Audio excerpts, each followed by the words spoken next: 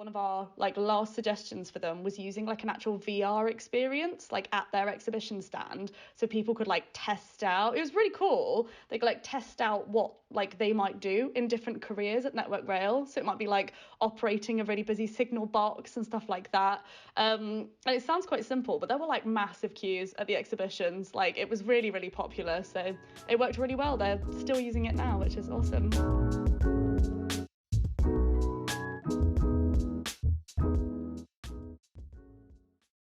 Okay, so hello everybody, Happy New Year. It's never too late to say that in January, even though it's the 17th. It's exactly a month since we recorded our first pilot episode of the podcast, and we thought what better way to kick off 2022 with someone from outside of our organisation. So we've got Sarah Latham today from 11 Marketing. Hi Sarah, it's nice to have you here. Hello, nice to be here. Just a recap for our listeners and our, I'm sure, committed audience to this brand new podcast. We are web presence in Macclesfield, an inbound marketing agency. We've got big ideas, big personalities, and a lot to look forward to in 2022. So I'm Astra, and I am the digital advertising manager. Guys, do you want to introduce yourselves again? Hi, I'm Jason. I'm the marketing manager at Web Presence. Shout out Mumsy, who listened to my last podcast. She's listening to this one as well. I'm Paul. I'm one of the directors here at Web Presence. And Sarah, do you want to just introduce yourself, say who you are, what you do, where you work, anything you want the listeners to know? Sure. So I'm Sarah again. I work for 11 Marketing, which is a marketing agency in Nantwich. And I live in North Wales with my cats. Excellent fact. So we brought Sarah in this timely slot to talk about emerging trends in marketing in 2022. Sarah's a lady that used to work for Vogue, so she is more qualified than the rest of us to talk about trends and to be bang on them. No pressure, Sarah. Oh God. It goes without saying, after the last 3 years of uncertainty and the pandemic that's been raging on, it's been quite hard to predict trends. Whether you're a marketer or a business owner or just a mere mortal, January is a time when we all reflect on the year gone by, the changes coming ahead in the next 12 months, and try and saddle up for what they might bring. So in spite of the uncertainty in the world right now, we're going to try and talk about what might come in the next 12 months. So if we move on to our first segment, which our avid listeners will remember is called 10 Minutes with a Marketeer. That's you, Sarah. Awesome. So it's just a conversation between all of us about what we think might emerge this year. So Sarah, what trends do you think are going to be big in 2022 in marketing? Yeah, a lovely small question to start. Very there, small. Astra. Yeah, just small, minimal. Pick something out of the air, anything you want. Something out the air. I guess like the big thing that's been in headlines everywhere is obviously this big name change, isn't it? From like Facebook to Meta. It's like huge. It's in like everywhere you look.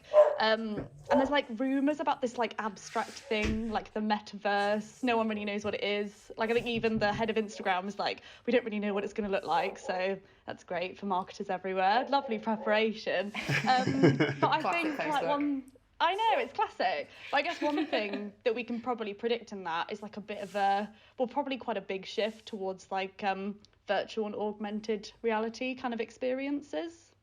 Yeah, absolutely. I think we've already started to see more people, I have already in January, see more people flocked back to social media because of this whole, it's going to be amazing, metaverse, and people trying to get ahead and adopt that trend, really.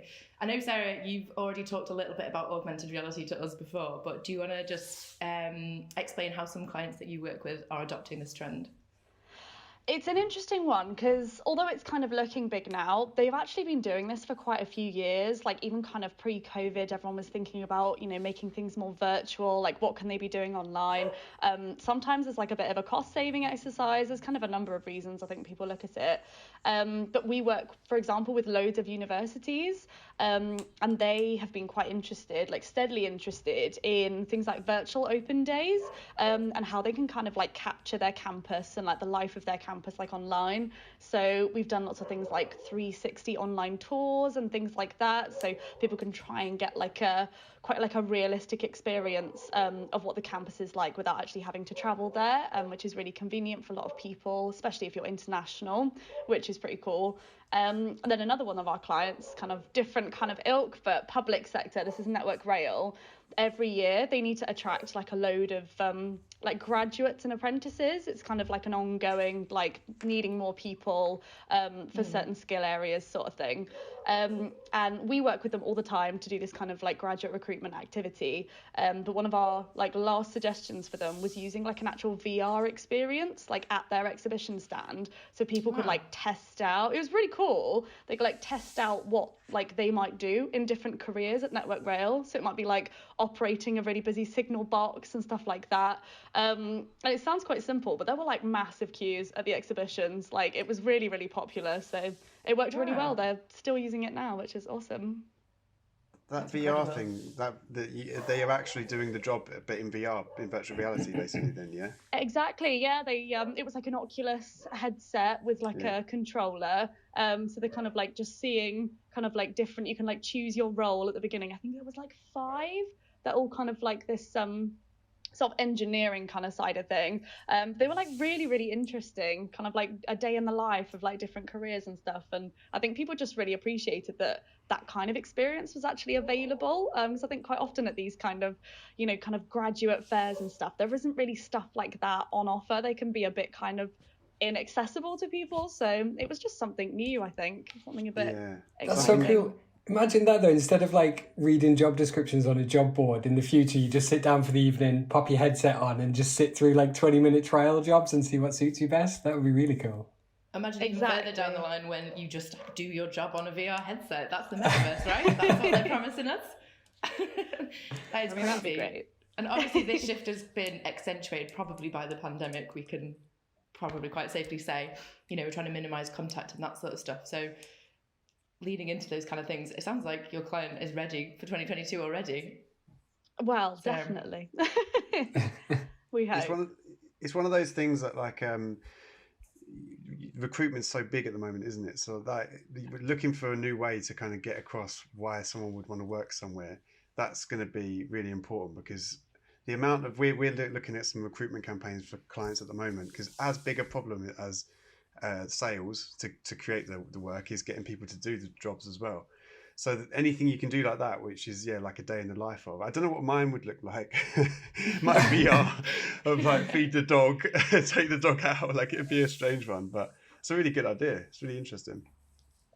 Well, I think that's one of the trends that are definitely in my sector we're going to see as well, as not virtual reality, not that sophisticated in terms of ads yet, but video is definitely on the up.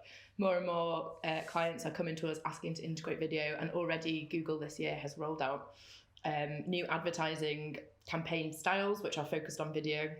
You can't run certain campaign types without a video now, and I think that's going to be an enormous thing this year, because there's this massive push for multimedia at the moment. I don't know if you guys have experienced that as well, or just seen a pickup in that, but even 2 weeks back into the working year, I think I've had 3 clients who've been pushing for video already.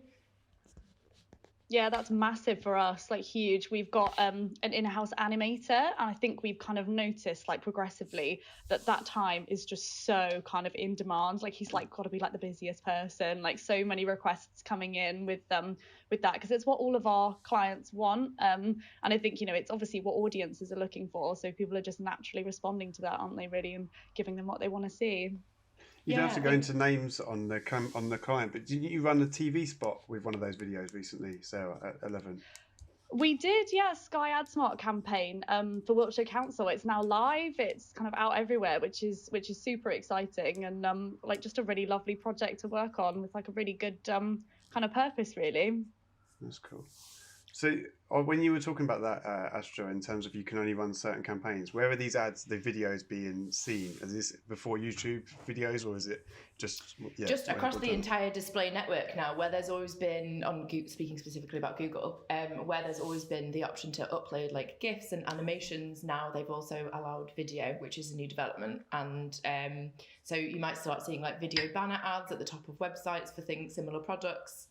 Local adverts, you can't actually run a local ad campaign now without a video. So say you type in on your phone or nearest supermarket, for example, they have to have a video now as a backup option to show you around their store or whatever. I think it's more of a Google's trying to drive more sales. Videos, more on that later in our second segment, but videos do tend to improve sales generally. So I think Google's really leaning into that, because obviously the more sales that Google makes for their clients, the more money Google gets. So it's a nice little circle. It's quite an extreme push, isn't it? Just to make it from allowing it to now everyone. Because if you were relying on local campaigns before, you've now suddenly got to get a videographer or a video agency to help you, right? So that's just what people have to deal with, is it? Yeah, pretty much. I mean, what kind of deadline were they given? I wonder if we'll see a shift though in that, because I don't think video uptake has happened the way it was supposed to necessarily, because we still have this. It's like like the old essay format at school, right? You have to have this professionally produced video, and it has to have an introduction and a title card, the like body, and then some kind of outro and call to action. But actually, with kind of like more TikTok style. That's exactly why they've done it, I think. If you could just have a team member, or the boss, just pop on, quick 10 seconds, exactly what needs to be said, and back out again. I wonder if we'll start to see more of that, if that generates more engagement than that kind of old school way of doing it. Yeah, I mean, we definitely are on TikTok, aren't we? There's now like TikTok influencers with absolutely no prior experience of video creation, videography, nothing at all, and they're now being paid like 6 figures for like these crazy collaborations because their stuff is obviously so funny or so engaging that people tune in like day after day to see it. It's kind of like the whole thing's like really shifted, which is really interesting. Sarah, you target who's like your target audience in terms of different organizations, and do you think that you'll ever need to create content for them in terms of TikTok videos? Do you think that's going to happen? Have you had that conversation internally? We have this conversation a lot. Like, a lot of people ask us, like, should we be on TikTok, or we'd like to do a campaign, can we use TikTok? And I think when something becomes big and when it becomes really talked about and really popular, everyone wants like a piece of the cake. They're like, oh, that's really exciting. Like, we should be on TikTok. That's really fun. Whereas I think 9 times out of 10, you really, really, 10 times out of 10, you need to really consider the channels that you're using. But TikTok is so specific, for a lot of our clients, we've got like public sector clients, sort of local government, things like that, where TikTok is so unlikely to be like a relevant space for them. It's probably not where they need to be to talk to people, even if they did like hop on a trend and do like a viral video of them doing like a little dance routine, it'd be great, it'd be really funny, but it wouldn't have the desired effects. Like, no one would, remember them for the right reasons. So a lot of conversations we have with clients is to be like, yes, we love TikTok, it's great, it can be really, really fun, but we don't want to be using channels just because they're popular and just because everyone's on them and talking about them. It has to be relevant for what you're looking at, I think, and that's always challenging. Yeah, you cover quite serious, a lot of your clients cover quite serious issues as well, right? So it's quite hard to turn that into something that's fitting for TikTok as well. So that's such a good point you make, though, because for kind of business owners or managers or whoever it is that's asking these questions, we get the same thing saying, everyone's on TikTok, should we be on TikTok? But that point of, is your specific audience on TikTok, and can we reach them? Can we make that little Venn diagram just around your audience? That's probably the question you should ask immediately afterwards if you're considering it. Exactly. Yeah. So we're sort of getting towards the end of the 10 minutes there. Sarah, we always ask some quantifiable questions just to give us a little bit of data that we can package up into a nice little end of year package maybe. So we've already covered a little bit about what you do and how organisations in the charity space are going to hop on these trends or have been. What do you think more charities should focus on in 2022 to raise awareness and generate more funding for their campaigns?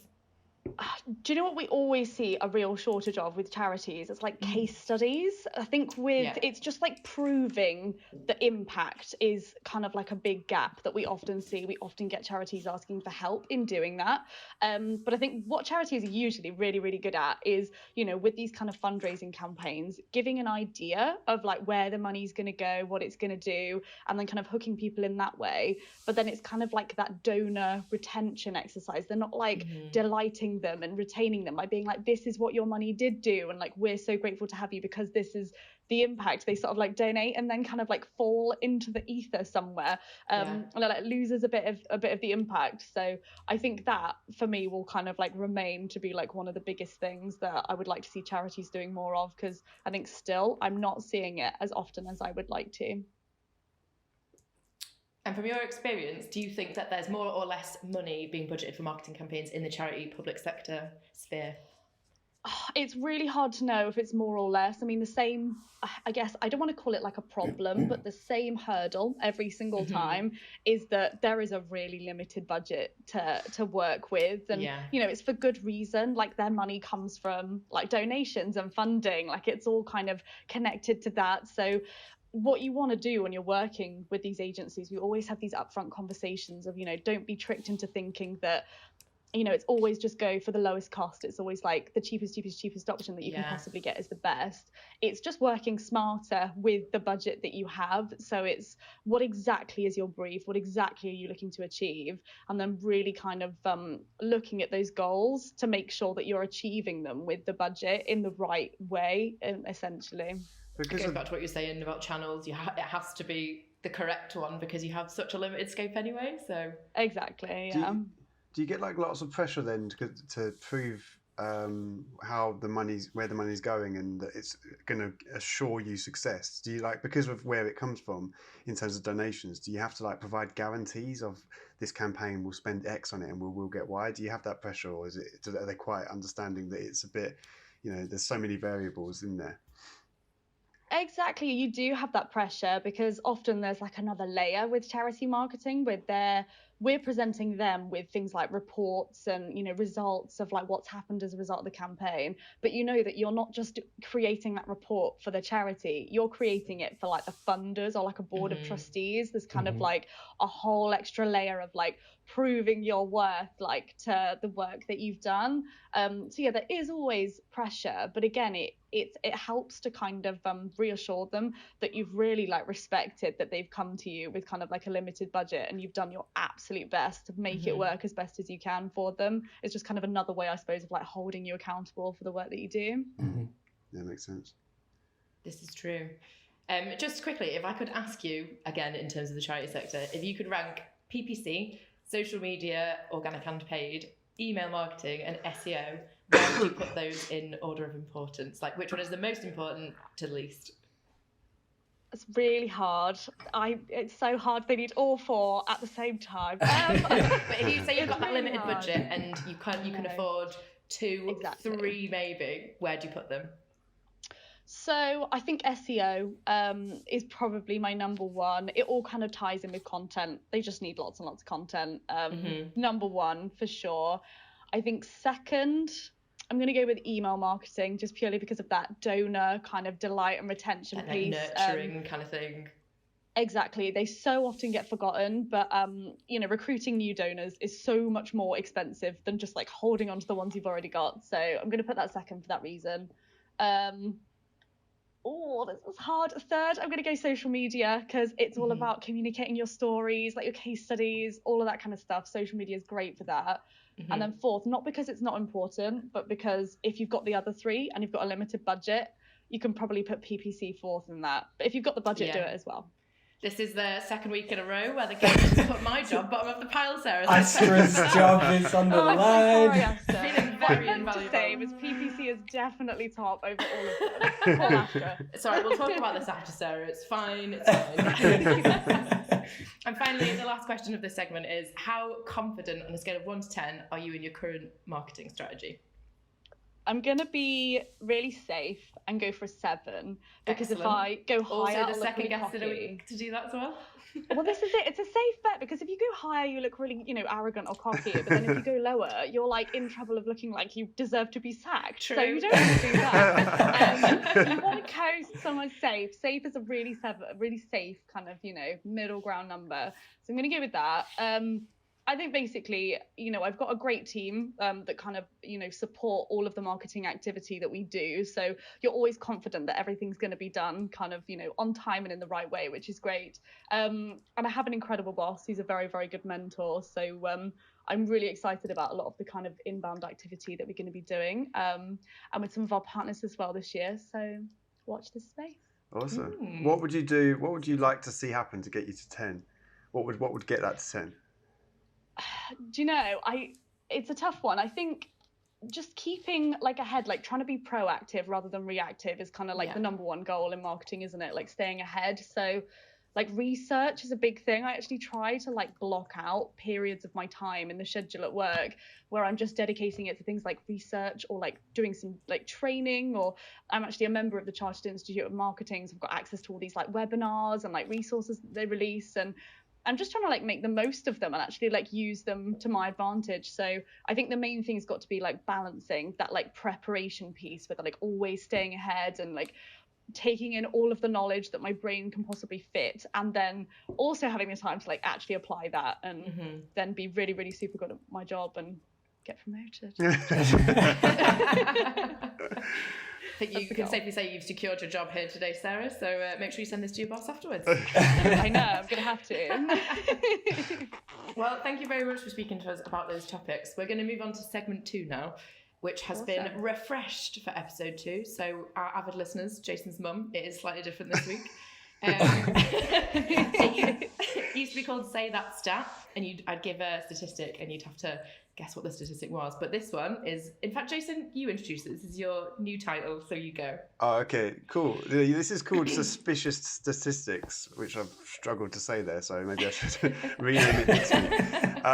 Yeah, so I think it's part of a game show, is it? I don't know. Paul actually came up with the idea. 2 of these statistics are correct. They're factual. One of them is fake news. So I guess I'm just going to read them out, and we have to guess which one is the false statistic. So shall I start? Yeah, you read them out. I know the answer, so I will not partake, but I will provoke. All right. So A, by 2022, over 80% of internet traffic will be driven by video. B, over 80% of marketeers use video as a content marketing tool.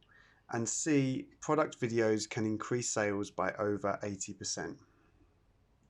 So, what do you think is the fake fact?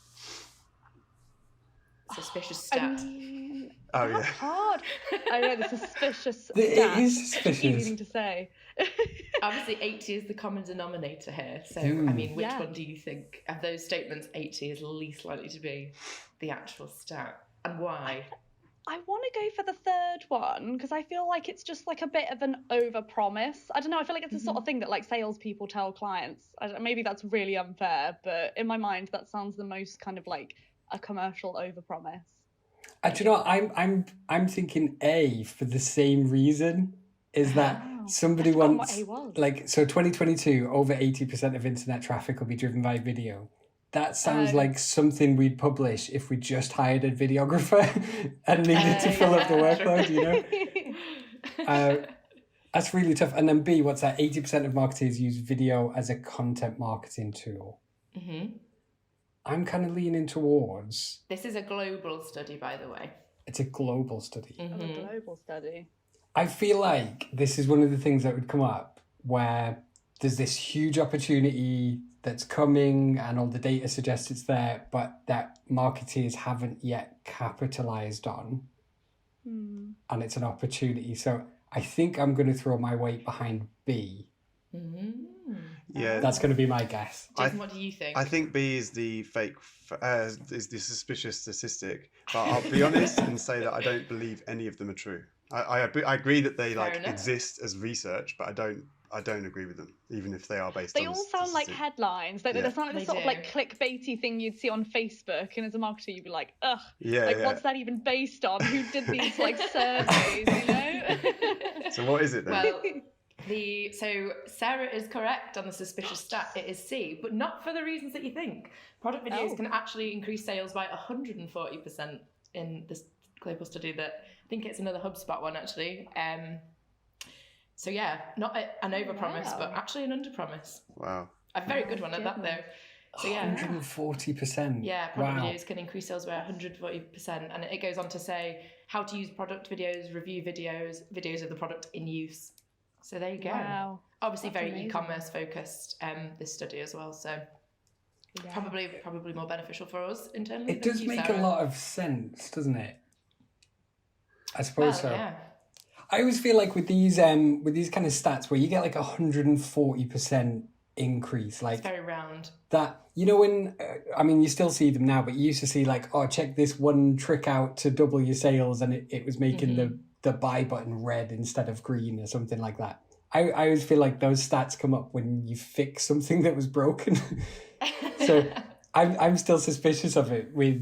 I imagine like if you had this page that was like just a one-liner and a buy now button, and it barely describes what it is you're buying, like you'll get no sales through it. But then all of a sudden you upload a video that actually adequately explains what it is you're offering, and then measure the results, you're going to see massive jumps like that.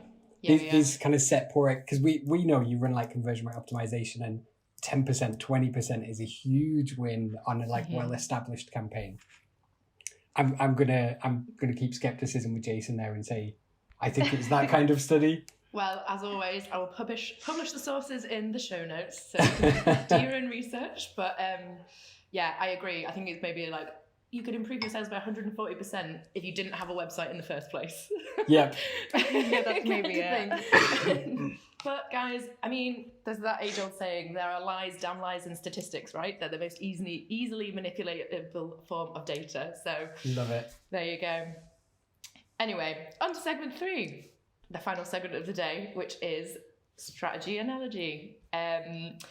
We've got a random word generator. We're going to pull it out of the bag, and we're going to have to come up with an analogy to do with marketing trends. So, Jason, please could you pull up the random word generator / web presence hat? Yeah, sure. Okay, so I'm going to click random, and the word is going to be a one word rather than 2. I've got the option to change that apparently. It's going to be coffee. Coffee is your analogy. Okay, Paul, as the king of analogies, you're up. You go first. Okay, does anyone else want to give Paul something? No, I can do it. Don't worry. So I had something else in mind at first that's distracted me, but I'm going to say the analogy is that you should check your marketing data like you drink your coffee. That's going to be the analogy, right? So how many cups of coffee would you drink in a day, tea or coffee? 2. I'm not ready to be put on the spotlight. You liar. Like 2, it depends on the day, Paul. I mean, you know, at the moment, it could be like anywhere between like 4 or 5, really, but normally 2. So we say that I think that's perfect. That helps. Thank you for picking a larger number. Yes, there you go. Because if you were to just once a month put your 5 cups of coffee per day worth into a big vat, that you can't consume that. That's too much. So I think it's that little and often checks of your data, not waiting to do these massive analysis. You just drop in, check what you're looking at that morning, and then carry on with your day, like you would your coffee. Yeah. Do you know where I thought you were going to go with that? I thought you were going to go with the whole, like, don't leave your coffee to get cold in the mug. Like, don't leave your data to sit there. Like, I like that one. I like that, Sarah, though. That works well. Elaborate. That might be I thought better. it was going. I've got one to follow that. So Let's go. Go on. So like taking this literally. So I think the ground coffee, you know, like if you think of the anatomy of a coffee, so you start off with your ground coffee, that's like your content. It's normally in the freezer, so it stays good because it just sits in everyone's drafts and no one can agree on the right way to do it. But eventually you get it out, put it into the cafetiere. But it's not going to do anything in there because no one sees it or no one's drinking it, right? So you throw in some boiling water. That's the promotion. Could be anything. Could be like email marketing, paid advertising, social ads, whatever. Then you got to like pressure, you know, you got to push I'm just talking about cafetiere coffee here. Pressure that down. So your pressure is loose now. This is the nurturing of that content, right? You're like putting pressure on it, like pushing it out there. Oh, this is getting rough. And then what you end up with is you pour it and you've got like a finished cup of coffee, which is like sales, you know? I don't even, halfway I lost myself. I mean, just like your coffee, that analogy needs work. Yeah. Like, you're going to try and start pitching this to clients. Like, you want a marketing strategy that's like filter coffee. If you've got instant coffee, throw it in the bin. Filter. They're going to be like, what are you talking Sarah, about? you've stolen my entire analogy. I just love that. If you try and pitch that to one of our clients, they went, I would just have instant. Thanks. Yeah. I'm actually Yeah, not a I'm tea fine. guy. It's not for me. That was great though. Congrats on that. That is the most tenuous analogy we've had to date. Sorry. I kind of have one based on, Sarah, what you were saying before, going back to like the whole TikTok argument, whereby people are like, oh my God, everyone's on TikTok, should we do it too? And I think there's many ways to make a good cup of coffee. Not that one that Jason just described, but many other ways. Just like there's many ways that you can adopt a trend. Like you might grind your own coffee, weigh out your water if you're that way inclined, or you might just have a cup of instant, splash a bit of milk in, done. If you're a coffee snob, one option might seem better than the other. And I think that's the same with marketing trends. There's no point sourcing beans from Colombia and hiring expensive videographers if you don't have the time or the resources. You could just recycle a video from last year, get it up on your website, see if that improves your conversion rate, and you're still going to inject a bit of energy into your marketing rather than wasting time and money on something that's maybe not going to pay off for you. So making sure that the trends align with your business goals. Otherwise, like Astral will keep you awake at night. That was good. Sarah, what have you got? I came up with my analogy already. Yeah. Oh, is that? They're not good enough. It's obviously so terrible it fell flat. They're not letting your coffee get cold. Oh, okay. I'm sticking with that because, you know. Well, I mean, you'll have I've to figured forgive it him out. because he had a lot to come up with during that segment for his analogy. I think mine was helped by the fact that I am in the office today and have had 3 Nespressos. So my analogy was actually driven by coffee. So there you go. I've had a lot of time to think about it. So that's us for today, I think. Sarah, have you got anything else you want to share with the world of marketing 2020 and the charity sphere before you go? We go. Sorry, we're not kicking you. Yeah, we're just looking forward to this year. And if you're a charity and you want to, you know, launch a really great marketing strategy, then work with Latham. Excellent. No, thank you very much for talking to us, Sarah. You've been a fantastic guest. Hopefully we'll have you back on maybe in 2023 and we can review how right we were about the trends, eh? Oh yeah, why not? Sounds good. Get you back on. Thank you very much for having us, guys. Cheers. Awesome. Thanks, Sarah. Cheers. Sarah. Bye. Bye.